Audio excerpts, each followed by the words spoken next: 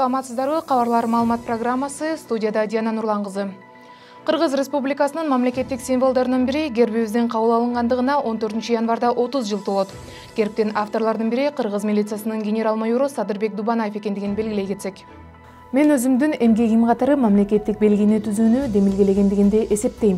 Сүрөтчүнү чыгармачылыкка өгүттөп, ал тараптан түзүлгөн эскиздик долбоорду оңдоп жана өзгөртүүлөрдү киргизип, ага идеялар менен дем берип, өз убагында парламенттин депутаттарына жана конкурстук комиссияга барып, ой пикирин угуп жана алардын идеяларын сүрөтчүгө жеткирип жүргөм. Биздин бирдиктүү ишибиздин натыйжасында гана биз күткөн жыйынтыктарга жеттик деп ойлойм, дейт мамлекеттик гербтин авторлорунун бири кыргыз милициясынын генерал-майору Садырбек Дубанаев. Гербти ойлоп табуудан мамлекет эгемендүүлүктү алганда Ат башынын Ак Моюн округунан жогорку кеңешке депутат болуп шайланып калдым. Ал учурда 350 депутат эле. Эгемендүү мамлекет болгондон кийин өзүнүн мамлекеттик символдору болушу керек эмеспи? Ошол кезде гербти жаратуу боюнча сынак жарыяланып калды. Башында Казат Акматов турган 21 адамдан куралган комиссия түзүлдү. Сынакка катыштык. Гербтин үстүнөн 2 жылда иштеп, жалпы 53 вариантын тарттык. Конкурска жалпы 2000ден ашык эскиз даярдалып, арасынан жеңип чыктык деп белгиледи Садырбек Дубанаев. Мамлекеттик герб мамлекеттүүлүгүбүздүн жогорку символу катары 30 жылдан бери элибиздин азаттыгын, мамлекетибиздин көз карансыздыгын даңазалап дүйнөгө таанытып келет.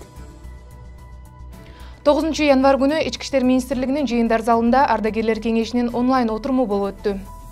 Аталган онлайн отурумга Ички иштер министринин биринчи орун басары милициянын генерал-майору Адылбек Бийбосунов, ардагерлер кеңешинин төрагасы Султан Жоошбаев жана ИИМдин кызматтарынын жетекчилери, ардагерлер кеңештеринин төрагалары катышты. Онлайн отурумда ички иштер органдарынын ардагерлеринин пенсиясын көтөрүү маселеси жана ИИМдин ардагерлер кеңеши тарабынан аткарылган иштер тууралуу маселелер талкууланды. Ардагерлер кеңешинин онлайн отурумунан ачып жатып, министрдин биринчи орун басары милициянын генерал-майору Адылбек Бийбосунов ички иштер органдарынын ишмердүүлүгүн жүргүзүүдө, патриоттук каада салтарды сактоодо, коомчулук менен милициянын ортосундагы байланышты чыңдоодо ардагерлер уюмдарынын ролу жогору экендигин өзгөчө белгиледи. Бүгүнкү чогулуштун эң негизги маселеси катары каралып жаткан сиздердин пенсияңыздарды көтөрүү боюнча ИИМ жетекчилиги ардагерлер кеңеши менен биргеликте үзгүлтүксүз иш-чараларды жүргүзүп келүүдө. Отурумдун жыйынтыгында ИИМдин финансы чарба камсыздоо башкы башкармалыгына, кадрлар башкы башкармалыгына, пенсия бөлүмүнө тапшырмалар берилип, ИИМ тарабынан ардагерлерге байланыштуу бардык аткарылып жаткан иштерди бардык ардагерлерге жеткирүү керектигин баса белгиледи.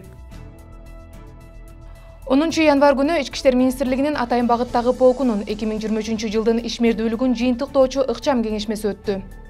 Кеңешмеде Ички иштер министринин орун басары милициянын генерал-майору Октябрь Урманбетов катышты. Ыкчам кеңешменин жүрүшүндө Кыргыз Республикасынын Атайын багыттагы полкунун өздүк курамынын ишмердүүлүгүн жаңылатуу, жакшыртуу, сапатын жогорулатуу, коомдук тартипти жана жарандардын коопсуздугун камсыздоо боюнча ар бир кызматкер күнүмдүк кызматта өздөрүнүн алдына коюлган тапшырмаларды аткаруу керектигин белгиледи.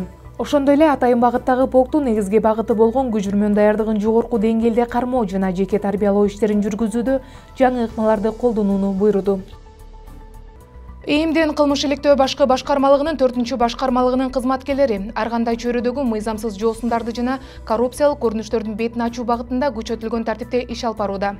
Алсак, Чүй облусунун Ысык Ата районунда жергиликтүү өз алдынча башкаруу органдарында айыл чарба багытындагы жерлерди жеке менчикке мыйзамсыз өткөрүп берүү менен байланышкан коррупциялык фактылар аныкталды. Бул фактылар боюнча текшерүү иштеринин жүрүшүндө 2017-2018 жылдары Ысык Ата районунун Новопокровка айыл өкмөтүнүн, ошондой эле башка мамлекеттик органдарынын айрым кызмат адамдары тарабынан өздөрүнүн кызмат абалынан кыянаттык менен пайдаланып, жер тилкелеринин жайгашкан жерин өзгөртүшүп, 323,293 контурдагы 20 жер тилкелери максатсыз пайдаланыла баштаган.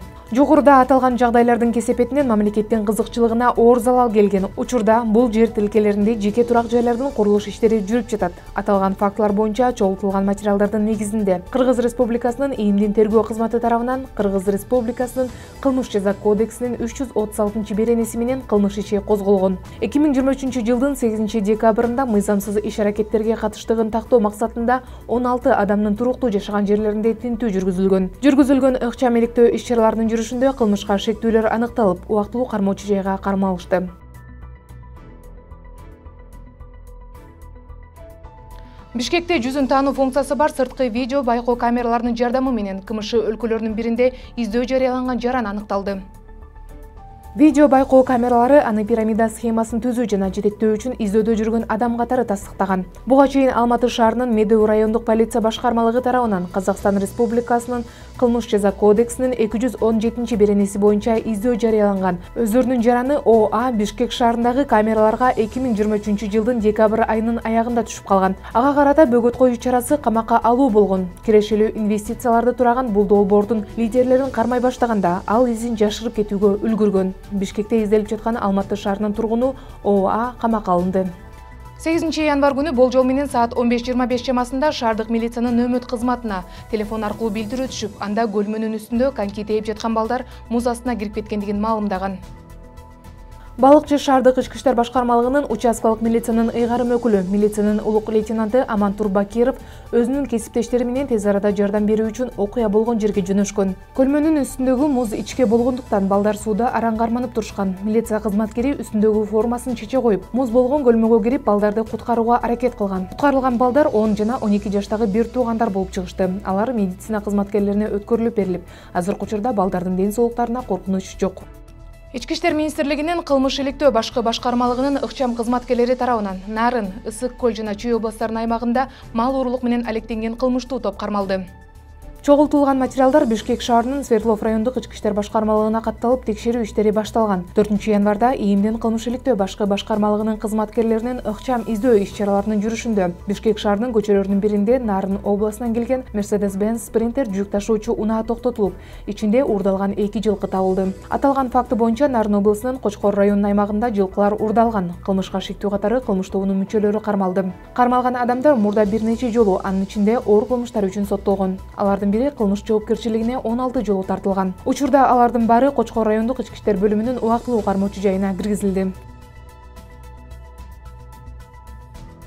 2022-жылдын август айында Ош шаарында тейлөө кызматында иштеген МЖ аттуу жаран алдоо жолу менен арынын ишенимине кирип, мамлекеттик каттоо кызматына жумушка киргизем деп 110 000 сом акча каражатын алып, бирок жумушка киргизбей же акчасын кайтарып бербей качып кеткен.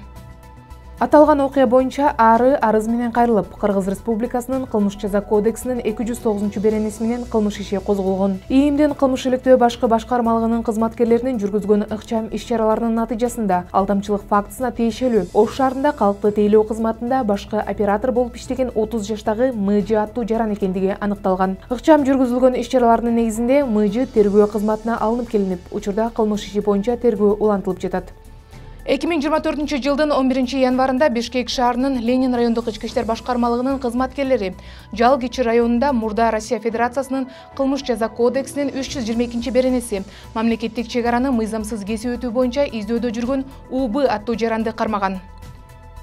Издөөдө жүргөн аял коомдук жайларда жүзүн таануу системасы орнотулган сырткы көзөмөл камералары аркылуу кармалган. Бул адамдар видео байкоо камералары менен эл аралык издөөдө жүргөн адамдар катары таанылган. Белгилей кетсек, аталган жарандар 2021-жылы Россия Федерациясында мамлекеттик чек араны мыйзамсыз кесип өткөндүгү боюнча козголгон кылмыш иши менен эл аралык издөөдө алынган. Алдамчылыктан кантип коргонсо болот? Акчаны инвестициялоодон мурун инвестициялык сунушту түзгөн компания жөнүндө бардык маалыматтарды текшерүү керек. Карап чыгуу, алдамчылык же даттануу сыяктуу сөздөрдү колдонуп, уюмдун атын жана криптовалютанын атын интернеттен издеңиз. Жеңил акча табууну көздөөгө чакырган долбоордун баарысынан оолак болуу керек. Себеби кыска убакытта чоң киреше табуу дээрлик мүмкүн эмес. Мындай схемадан инвестицияларды чыгарып алуу дагы мүмкүн эмес. Өзүңүздөргө сак болуңуздар. Ички иштер министрлиги, Диана Нурлан кызы.